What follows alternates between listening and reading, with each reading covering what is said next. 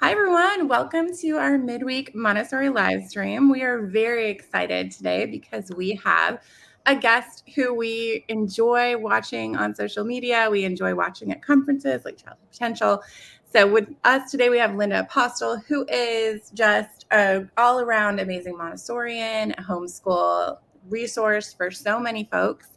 And we are excited to have her today to have a conversation about Montessori and accessibility and Montessori homeschool and Montessori in general. So welcome, Linda. We're so happy to have you. Thank you, guys. Thank you for having me. Thank you for being here. So excited. Thank you.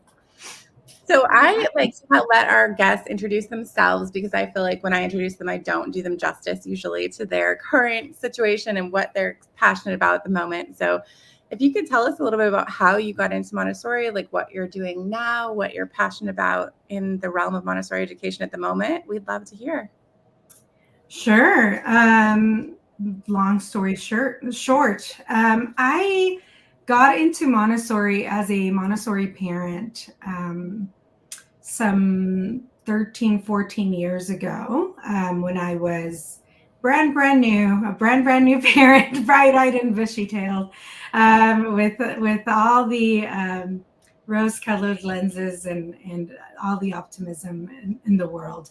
I was looking for educational methods. I was really new to the world of teaching. I had been teaching in a kindergarten setting. I was a traditional teacher for a couple of years at the time. And I had just recently gotten a promotion to be an instructional coach at the district office, a teacher on special assignment. And I'd started my first master's degree, and I had just had my daughter. Yes, I started my master's degree when my daughter was 2 weeks old. And I started kind of looking at, what are we going to do? You always start the researching a familiar story. And in all of this stuff, it just kind of coincided that my master's class started talking about Montessori as I was a new parent, as I was looking for things for my child. And it just kind of like this thing came together, and all paths just kind of led to Montessori. And I started really reading a lot about it.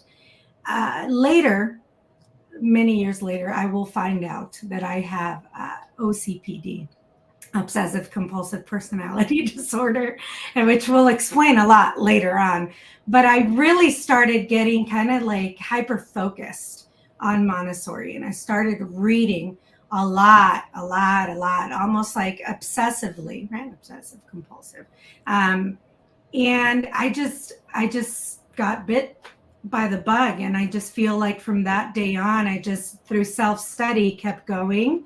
It just so happened that there was a school right around the corner from my house, literally walking distance, the best Montessori school I've ever been to, by the way, even to date, right around the corner from my house in the Bay Area, California. And I've been to hundreds of schools now at this point. And that's actually where I ended up enrolling my daughter when she went to primary. So, it just kind of happened. I ended up getting my certification. I switched careers. And then it just became this big journey where I left traditional education. I went into teaching in a Montessori classroom, eventually became a coach in Montessori, became a director of teaching and learning also in the public sector for Montessori. And then after working in private, charter, and public schools, I said, you know what, I've seen too much, know too much.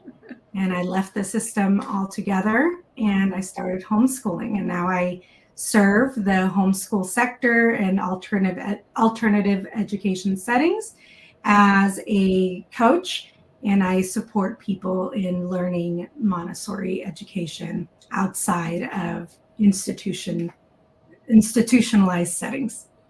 So yeah, that's in a nutshell. Well, that's great. I feel like that's how it happens. Montessori finds you. It does. I feel like It really a family. does. That's a good way to put it. Yes.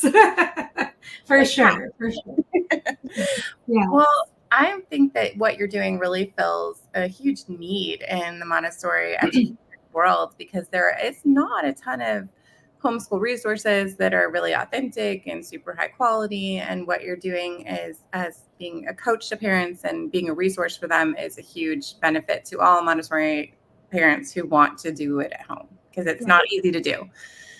It's a lot of work and a lot of preparation, especially if you're doing it for just your own children. It's materials and everything. So it is. Yeah. It is. I agree. And honestly, I think that I love that you bring that up, because I think that I don't think I talk about this often enough. So it's a great prompt there, a thought prompt. I started this, what I currently do now, which right now my signature program is the Montessori Homeschool Academy, but it's become that. I actually just started through consulting and coaching. Honestly, it started about 4 years ago. I was just sharing what I was doing with my kids. The transition into homeschooling was not as big of a leap for me. At least it didn't feel as big of a lift, because of my previous experience. There are adjustments, because homeschooling is not, it's a different setting, right? We know as Montessorians that it's all about the environment. We're all, development stems from environmental experience, and the environment is inherently different. The dynamic of the home is different. The family dynamic is different than the social dynamic in a classroom. So the dynamics change a little bit. Homeschooling has definitely evolved from what it once was 10 years ago, whatever. There's definitely a lot more access to co-ops, to collaboration, to cooperation with other people. It is much more social than it used to be. So there's a lot of barriers to homeschooling, just like traditional education, right? Traditional education has also evolved from what it was to even when we were children, right? It really has evolved. Things have grown, things progress, and access has also changed. Even us having this conversation right now, we probably wouldn't be having this conversation 5, 8, 10 years ago in this way. So things have changed. And the way that all of this started really was me just sharing on social media what I was doing. I was just kind of saying, hey, here's what it is, because I literally quit my job without a plan B. And I was just sharing because I just had nothing else to do. And somebody DM'd me and they said, hey, I like what you're doing. Can I pay you to show me what you're doing? And I was unemployed, and I said, yeah. So I'm like, sure, why not? Yeah. I put out there a 15-second story, and I said, hey, if you're interested. And that's how I got my first 3 clients, and they helped me kind of build the program that is. Now, it didn't come out of nowhere. Obviously, it's all based on my education and the experience that I've had coaching teachers, and we'll get into all of that, which is, I think, goes to the core of the topic that we're talking about right now. But I think that, to your point, it is through that work, even just those initial conversations, it became very obvious that there is a very big gap in the support that is available right now to homeschoolers. Just and then the quality of support that is available to homeschoolers, which honestly I think is very much related to the gatekeeping and the red tape around Montessori teacher education. So yes, that's where we are. that is where we are. And we, as a teacher training organization that is trying to be forward thinking and be adaptive and be flexible. Like that's one of our biggest things, right, Candace? We just want to be flexible and meet people where they are. So when we work with public schools, we understand you have to meet them where they are, and that there might not be perfect circumstances to fulfill every element of what Maria Montessori wants there to be. But we do the best we can to support them and to move them towards that end goal. And so the micro schools too. So it's just, we are very open to being flexible, and we have found that what we hear is that in other realms, it's not as flexible. There's not as much adaptivity. There's not as much openness to different ways of approaching how Montessori can be, or the path to get to the point where you're actually fully immersed in the Montessori pedagogy and philosophy. So, right. Yeah, we've spent a lot of time over the past year really looking at what we're doing and how we're doing it and how we can make it more accessible for everyone. Public school, homeschool, private school, whether you're a big school, whether you've got lots of money, whether you have no money, like how can we make what we offer accessible, and how can we offer different tiers of pricing and different tiers of support, and what does that look like? And just asking ourselves a lot of questions, and asking the heads of schools that we work with, and asking the school districts that we work with questions, and just getting their responses back on, what we're doing. What do you think is the most important thing in closing that gap and helping to make Montessori more accessible for homeschoolers, for people who want to be teachers, for public school districts? Like, what do you see as the path forward in that? Paradigm shifts. I think that too many people get stuck on superficial things, on things that are honestly controllable. For example, I think we get stuck on we interpret access with pricing, right? Or with the quality of materials, right? Which I think goes back to this whole idea of you're either pure Montessori or you're a Montessori something, right? There's just, you're one or you're the other. You either are or you're not. Yeah. And really it's not. That's not really the case. To your point, you were talking about meeting people where they are. Yeah. In my perspective, Montessori is a journey, and everybody is in a different point in that trajectory, right? And so we're meeting them where they are. Now, wherever you are, it's just like a life cycle, right? Wherever you are in your journey, at whatever point you are, there might be a season in your life where you have access to certain things, right? You might have access to more money. You might have access to more education. You might have access to more support, right? And then the next year you don't, or the next year you do, or whatever it is. Different seasons are going to allow for different things.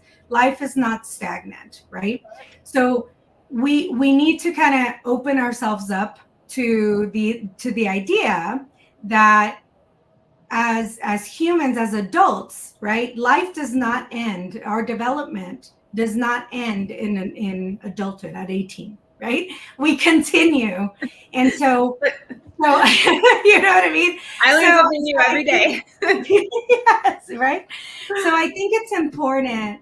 There needs to be a paradigm shift.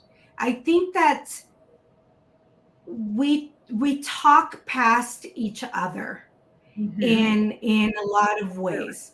Yep. Montessorians, my trainer said this once, and then I'll go right back to it, but my trainer said this once, and I didn't understand it at the time, but I totally get it now. She said, Linda, the reason Montessori is not yet mainstream is because of Montessorians. That's why Montessori is not yet mainstream. Okay. And this very wise lady who's been in Montessori for like 40 plus years. Okay. So the reason Montessori is not yet mainstream is not, yes, it is because of greed and capitalism and manufacturers making, the materials. Like, we can have that conversation too. But the main reason it's not yet mainstream is because of the mindsets in which we operate, and we're speaking a different language than everyone else. There is this belief that somehow like people who have been trained traditionally are not like intellectually capable of understanding Montessori. You know what I mean? And that's very elitist. And it's not that people who are raised traditionally or who come from a traditional paradigm don't understand Montessori, is that Montessorians don't really understand that paradigm either, right? And so these people are not understanding here, and they're not understanding that. They're both they're talking about each other based on assumptions. And so everyone's just kind of speaking into their own little echo chambers, and there's no bridge. So to me, the gap is we need to start, access happens when we start really seeking to understand one another and start speaking, the same language. Am I making sense? Absolutely. And I want to say, so I am not a Montessorian. I am not a trained Montessorian. Like I said, I learn every day. I have, I build a lot of our courses. I'm exposed to all of our content. I understand the heart of Montessori deeply. And I am a classically trained public school educator at the elementary level and the secondary levels.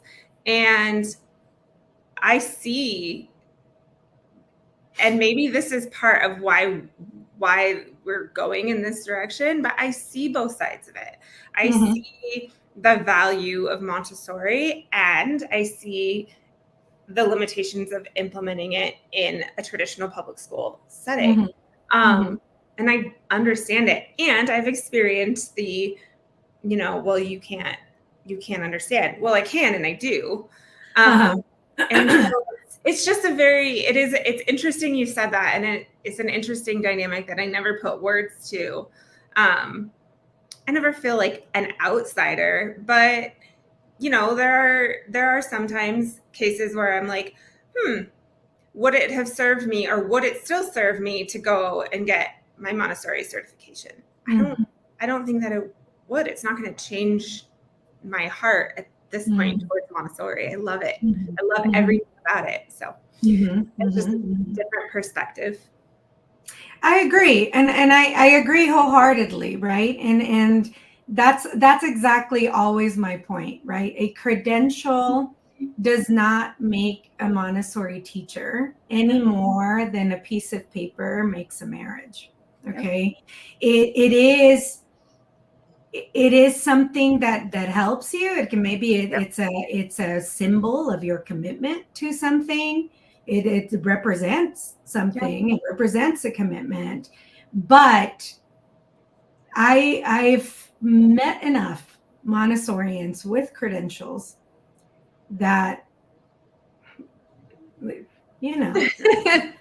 well, and I question, right? And then I've met people who have no idea what even Montessori is. And I'm like, they are much more Montessori than they even realize. So, I think it's much deeper than that. I agree. I will say that as an educator, I did get somehow, and I've said this before on live streams, I did get now looking back, I realize that I was taught or I believe in my parenting in a lot of the Montessori principles, whether I could have named them or not. My personality and way of teaching and educating very much aligns with Montessori principles. So I I think that if I had been a Montessori teacher or had been exposed to that, I think I would have lasted longer in education, because I am the hands off. I'm not going to make you do something. Like, I want the child to guide their own learning. And that is how, because I homeschooled my kids for preschool, and that is how I homeschooled them for preschool. Again, without any knowledge of the core concepts of Montessori, just listening to my gut and my kids and letting them lead their learning. Like, what are they interested in today? Trucks, books, what is it? So yeah, I love it. Yeah. And I think, to this point, and to build on this idea then, because I think it begs the question, well, then what does it mean? And how do we then, if it's not a credential or if it's not a piece of paper, then how do we define it? Does it then become this monism thing, right? But then again, that goes to our paradigm of it's either is or it isn't. Yep. And I want to be clear that I'm not like camp monism thing, right? I'm not advocating for monism thing, because I do feel that it is important to be clear on what is and what isn't, right? Because that brings clarity. I just feel that in order for us to reimagine something, we really need to be able to look at something objectively. Yep. Because so long as we are in the middle of it, we're just kind of creating iterations of it. And I think that is what is happening right now in teacher education in general, not just in Montessori teacher education. I think honestly in education in general, in public education in general, is just like this.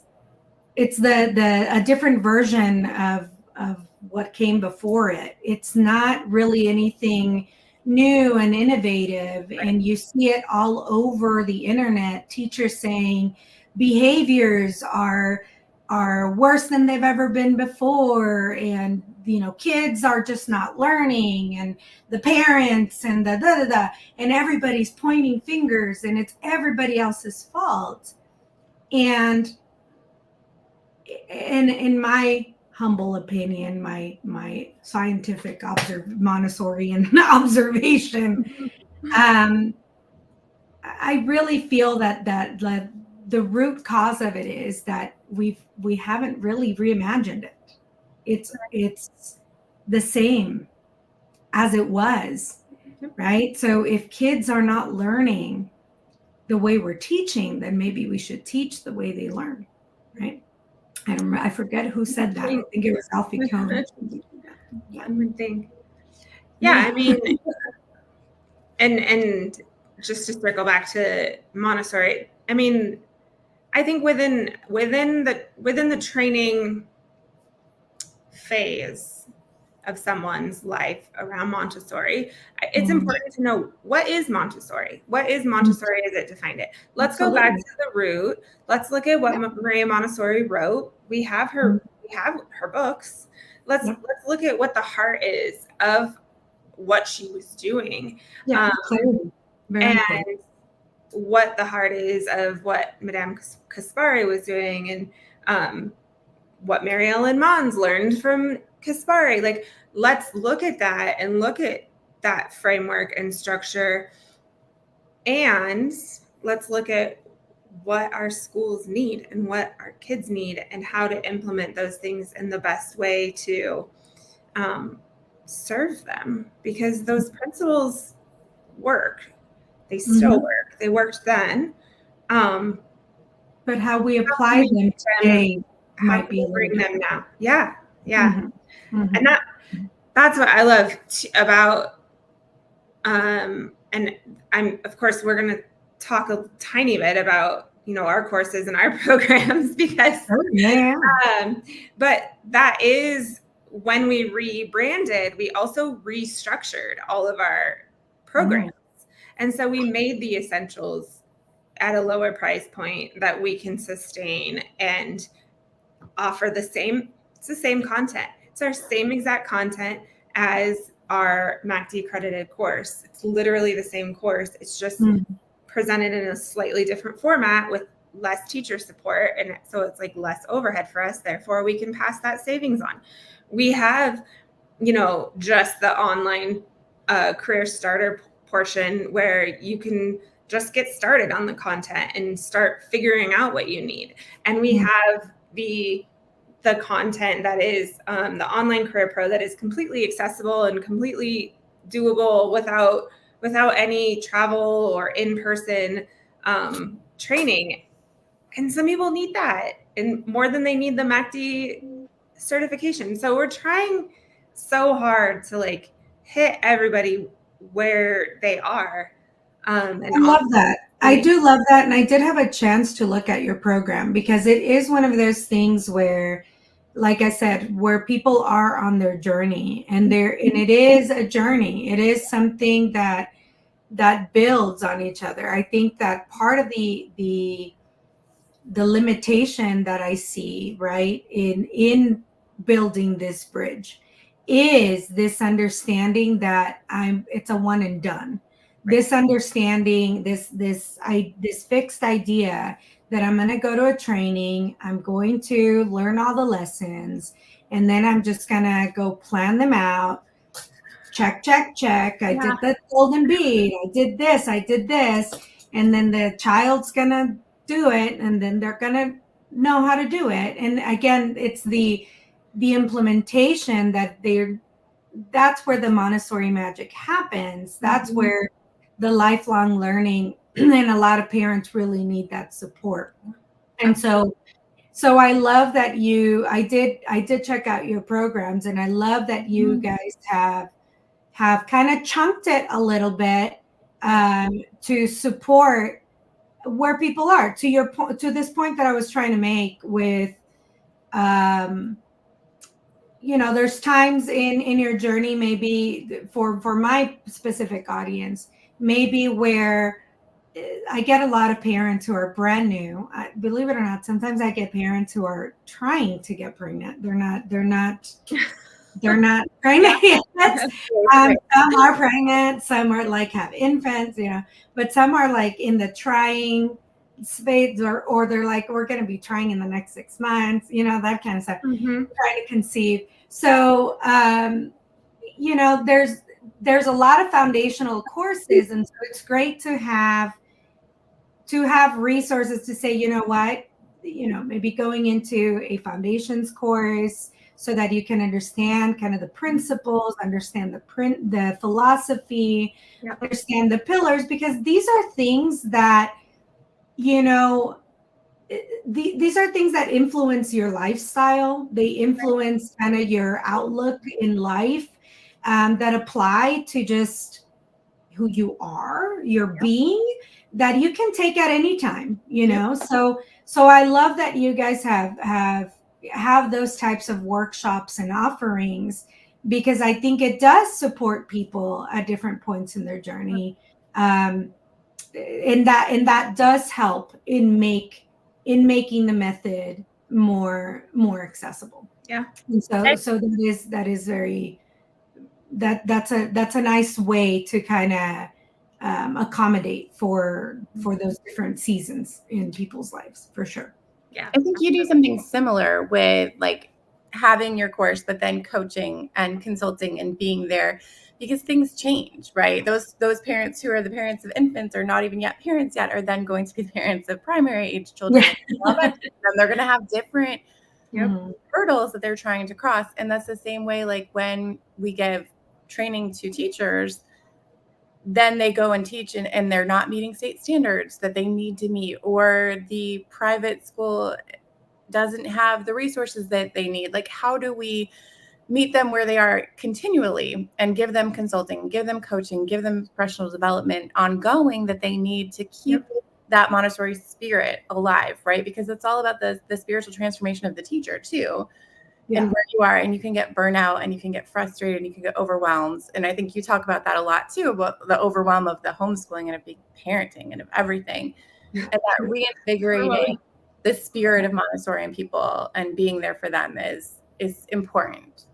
Yeah, I love that you bring that up, because I think that's a very important differentiation that I think a lot of people don't really understand about what I do. Because I don't do what you guys do, as an example. Right. So like the Montessori Homeschool Academy is not a place where people are going to go and I'm going to model how to do the division schedules and the binomial over here. I'm not going to be giving you those lessons. I'm going to be showing you where to find it, and I'm going to be telling you where the video lessons are. I do give a free curriculum for elementary as a resource. But what coaching is really the implementation. So as a kind of like a backdrop here, when I was a director of teaching and learning in public schools, as I'm sure you guys are aware because you probably support some of these schools, we would pay for our teachers to go through Montessori training. But of course, as they're going through training, they're also teaching in the classroom. Yep. Right. And there's kids still showing up every day in the classroom to untrained teachers who a lot of the times have no teaching experience either in any setting. Right. And so here, so what would they do? The superintendent would call me and they'd say, here's Linda. She's going to teach you how to do it as you're getting your certification and shortly thereafter. So I would literally be there with them. I would help them set up their classroom initially. I would be observing them. I would be modeling lessons. I would teach them how to lesson plan. I would teach them, how they would ask me. One of the questions they would always ask me was, how do you know, Linda? How do you know they know? Right? Because I'd say, no, they're ready. They're ready to move on to the bead frame, stop holding them back, because that's like number one thing. It's let it go. They're ready. Let's move on. Let's move on. And so, but how do we know? Right. And, give him a work plan. A work plan probably works better for this kid. Maybe try a learning journal for this one. That kind of individualization, that type of personalization that really comes from experience and trial and error. That is what I did. And that is what I do in the academy. I teach how to do it. I teach how to observe, how to establish a rhythm, how to get your life organized. And as a homeschooler, because when you're homeschooling, you're not just teaching, you've got laundry and you've got cooking and you've got a co-op at 10 a.m. and you've got, if you're a working parent like myself, you've got meeting at 3 and 3:30 and 4 and 4:30. You know what I mean? And so that is what I teach is how do I manage my household? How do I manage the homeschooling? How do I parent? How do I make it all happen? So it really kind of complements, the lesson giving and all. I have some ideas that I've come up with as we've been talking that I've been over here writing down. Yeah. I'm always having ideas. Okay, I love that so much. I love the idea of supporting parents in that. I wish, can you come help me run my house? I'm not even trying to help. I do have a whole session called Life Organization. And all of my parents tell me, Linda, that should be a course in itself. It should be probably. I would take it. Yeah. Sometimes I get home and I'm like, what happened here? Yeah. It's a personal organization systems with the Montessori pedagogy, right? And so that's kind of what the academy is. Lifetime access, weekly coaching support calls, lifetime. So it is, I know it's high ticket price, but it is, it kind of pays for itself. It's a worthy investment. It's a worthy investment into your family. And you're doing a masterclass. Yeah. In this for the academy, correct? Is that? Yeah. So I'm launching. Woo! I'm launching. Yeah. I'm launching the Academy 2.0. I've learned a lot. So part of the reason I have weekly Q&As with all of my community, free lifetime access for everyone who signs up, is for two reasons. One, I'm a lifelong learner, and I do want to support my community, but also it's a way for, like, you always have to have a control of error. I'm a Montessorian, so it's my own control of error for my own products. So I've kind of gathered a lot of feedback and information, and to kind of perfect the experience and to kind of celebrate this monumental event, I'm hosting a free master class called Recipe to Montessori Homeschool, which basically tells you all the things that I just told you. It's going to be going to walk people through, like, what is the recipe? How do I actually put this together? What's the framework to actually make this happen, to implement it sustainably and effectively, not just, throwing spaghetti at a wall. And, how can I be more intentional about it? So it's going to be free on June 4th and June 6th. Yeah. And I just posted the link down in the comments. So I'll go after and check and make sure everything posted. But if you're watching this later, there should be a link. And we'll share it on social too, but that should be an amazing opportunity to take advantage of. And we are so appreciative of your time. I know you're very busy, and we thank you for joining us. We hope we can connect again soon and keep supporting Montessorians together moving forward. So thank you so very much. Thank you. Thank you so much for having me. And I know that these conversations can sometimes get ticky-tacky, but I do really enjoy it. And I really appreciate your time and the opportunity to join your platform. So thank you so much. Thank you. We'll see you. We'll see you next week. Thanks, everyone. Have a good rest of your week. Thanks. Bye-bye.